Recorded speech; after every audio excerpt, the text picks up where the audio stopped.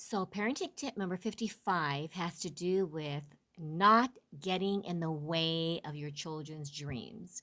Can you imagine if your child says to you, I want to be the first person to build a house on Mars, right? Your initial response would be, what are you thinking? Human life can't even survive on Mars. Or you just might want to discourage them. But these are tips that will help your kids really believe in their dreams, because if you try to give them the realistic, low probability that their dreams will come true, you are creating a future adult who will not believe in possibility. So throw the probability out the window and just nurture their desires and put aside the realistic expectations and the reality of what might have to transpire in order for their dream to become a reality.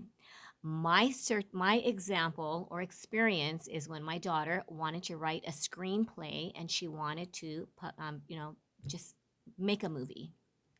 So she's writing her screenplay, and I end up doing the life lesson type thing where I say, do you know what how much work it takes?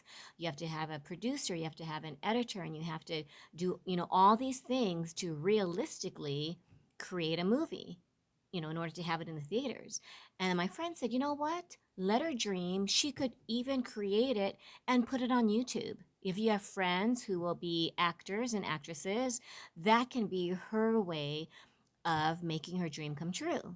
And I never thought of that. So I had to backtrack and say, you know what? That is an amazing dream. And she wanted me to read her screenplay, that had people with different superpowers. And I finally realized that our job as parents is not to be a dream buster, right? A lot of times we want them to choose a career that will give them financial security. We want them to choose a career that will give them, really good health insurance and just a secure future. So, parenting tip number 55, I have four things, right? Do not deny your children's dreams. Don't control your children, probably the hardest, right? Don't teach children like how life in your eyes work or don't work. When we start negative futurizing, and my dad used to teach me this, he had a really harsh life, childhood, suffered in poverty, and he said he didn't expect things to happen that were bad, but he prepared for the worst because he did not want to be disappointed. And I told him, Daddy, I am not going to raise my children expecting the worst. I'm going to create, their positive mindset so they only believe and only attract positive situations. And he just looked at me with a blank look because in his world, there were no possible situations and probabilities, right? Because he was filled with real life experiences that were negative. So, my other tip is don't provide, just the academic education, because life is much more than just an academic education. It's real life experiences. It's falling down, getting boo boos, getting up, and really realizing that life is not all about academics. Because when you believe that a great GPA will be the door to, you know, just guarantee success, you're in for a rude awakening. I thought my high GPA would automatically open many doors of opportunity. And I was just telling my oldest daughter today, I had rejection after rejection after rejection after I graduated from college. And I just thought, what happened? I was a star student, but in real life, it doesn't work that way because there are thousands of other star students who are trying to look for employment, right? So, emotional intelligence EQ outweighs IQ.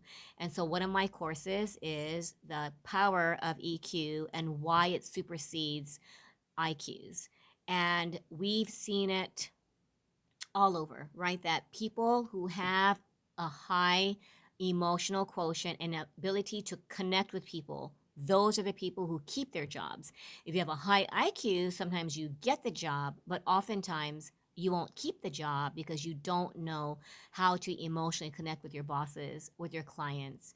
And oftentimes, you end up getting frustrated because the world does not revolve in your little world of perfection where you think that people should act a certain way.